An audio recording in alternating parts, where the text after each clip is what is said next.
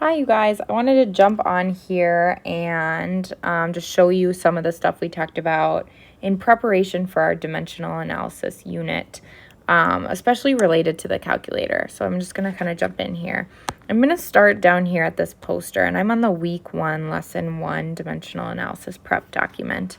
I want to talk about this E key, this double capital E key on your calculator. You're going to have to dig around depending on whether your calculator is a physical one, whether it's an application, and then which model of calculator affects it too. But you're looking for 2 capital E's, okay? Some people are going to have a button that says times 10 to the, something like that, that also subs in an E once you press it, or maybe keeps that times 10 formula. So you might have to dig around for that. And then finally, some people might have an EXP. But in general, most every scientific calculator is going to have this double capital E button, and we're looking for that, okay? So if you look at my calculator on the right side of the screen, right above the 7, I have this comma. But above the comma in red, I have a double capital E. So if I press Shift, that's also in red, then I can click the double capital E. Okay, that's the one that I'm looking for, all right? Be careful because there's also a little E in red over on the side of my screen. That's a different E. There's also another little red E above my division symbol. That's a different E also, okay? You need a capital E, and you need it to be the double one. You might notice if I go orange and press the orange E above sign, that one's kind of like italicized. That's a variable. That's not the E that we're looking for, okay? So you're like, okay, I found the E, but what is it? The E is used when you have a number in scientific notation. So 6.3 times 10 to the 8th is scientific notation because it has that times 10 to the 8th to simplify the number. We can replace the times 10 with an E. Okay, so instead of 6.3 times 10 to the 8th, I would write 6.3 E regular 8. Now I could type that in on my calculator. 6.8 E 8. Oops, it was supposed to be 6.3. Go back and change that. 6.3. Enter that, and I get 6, 3, and then a whole bunch of zeros. And the reason for that, maybe you know already, is that the times 10 to the 8th means that I'm going to move the decimal 8 points to the right. So I'm going to go 1, 2, 3, 4, 5, 6, 7, 8. And all those empty spots have to get filled in with zeros. So then you'll see it looks exactly the same as the one on my calculator.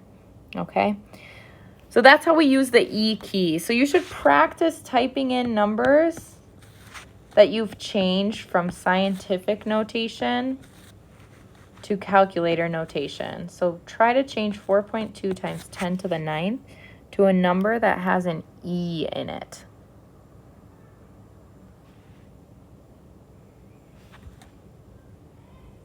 Okay, hopefully you got 4.2 E9.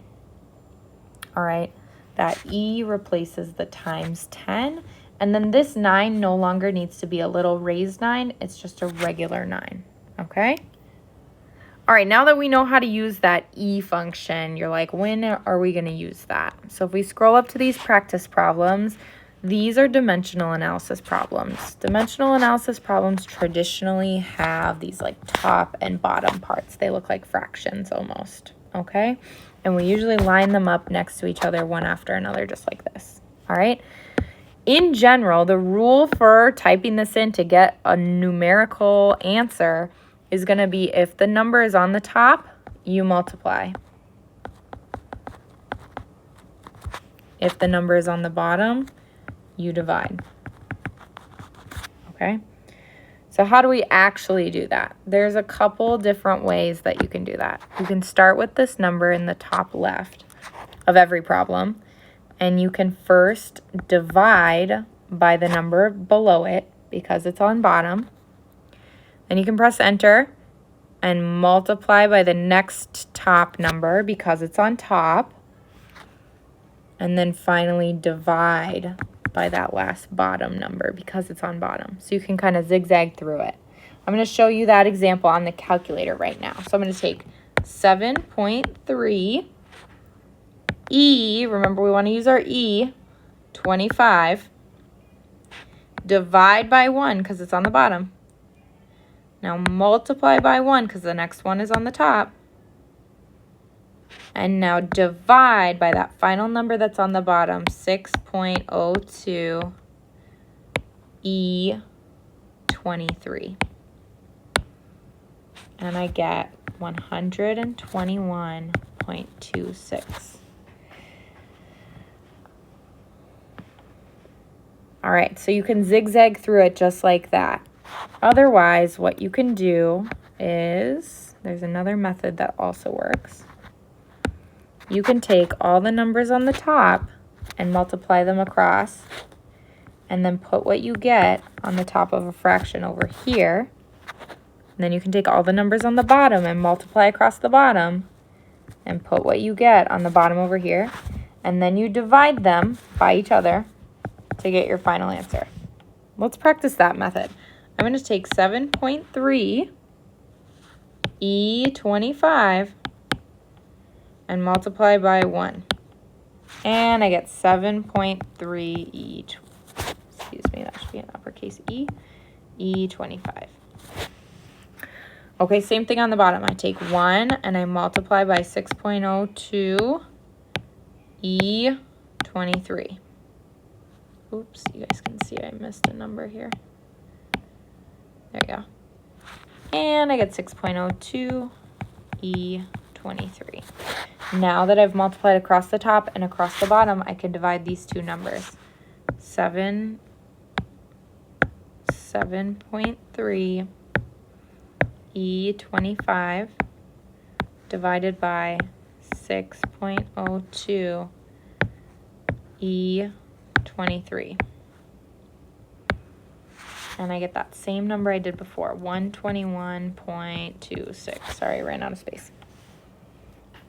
All right, so those are the two methods. Let's go through another problem here. I would pause and try letter B on your own, and then in a moment here, I'm going to go through letter B.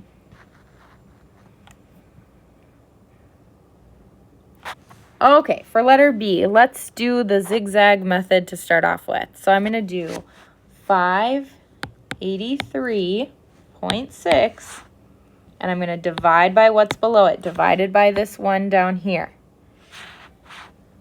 equals, and then I'm going to multiply by 1 to go from this spot to this spot, because that next one is on the top, equals.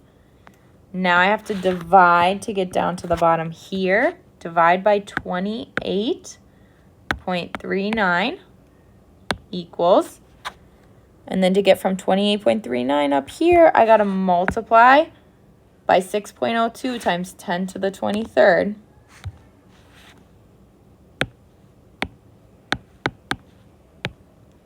E23. Because that 6.02 is on top. That's why I multiplied by it. Press enter, and then finally I have to divide by 1 more time because that 1 is on the bottom.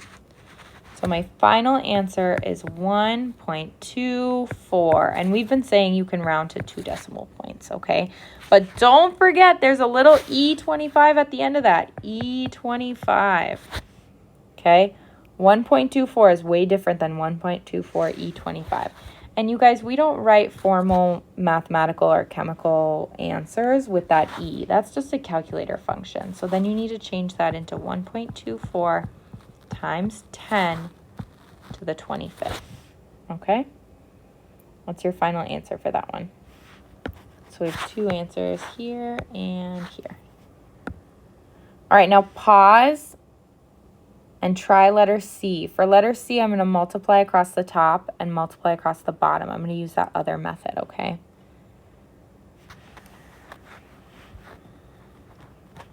All right, let's try letter C. So I said I'm going to multiply across the top and then multiply across the bottom for this method. So I'm going to multiply 782.9 times 2.1 times 10 to the 6 times all these other numbers, okay? So let's type that in on my calculator. 782 0.9 times 2.1 E6 times 3.0 E negative 9.